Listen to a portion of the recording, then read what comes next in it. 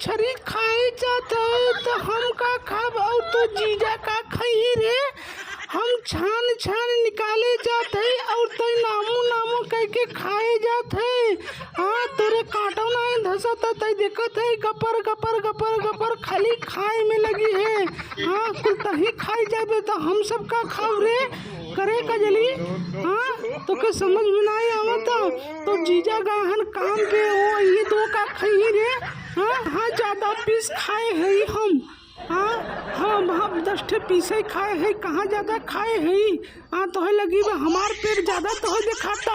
हाँ तो हर भतार इतना एक थरिया ठूसत है तो के नहीं कह जा तू हमें तू ज्यादा कहत हो। हाँ समझ में नहीं आवता। हाँ हम है गए चुराई के ले आए, कैसे कैसे मछली हम चुराई के लेके आए और तो हम है के कहत है रे दीदी। हाँ हम है कहत है तो ठीक नहीं करत है दीदी, हम चली जाए अपने घरे। समझ में आए तो कैसा लगत है जाने तो सब जनता देखा था वो सब चैनल के सब्सक्राइब करे देखत रहे करे जरूर चैनल के सब्सक्राइब भी जनता।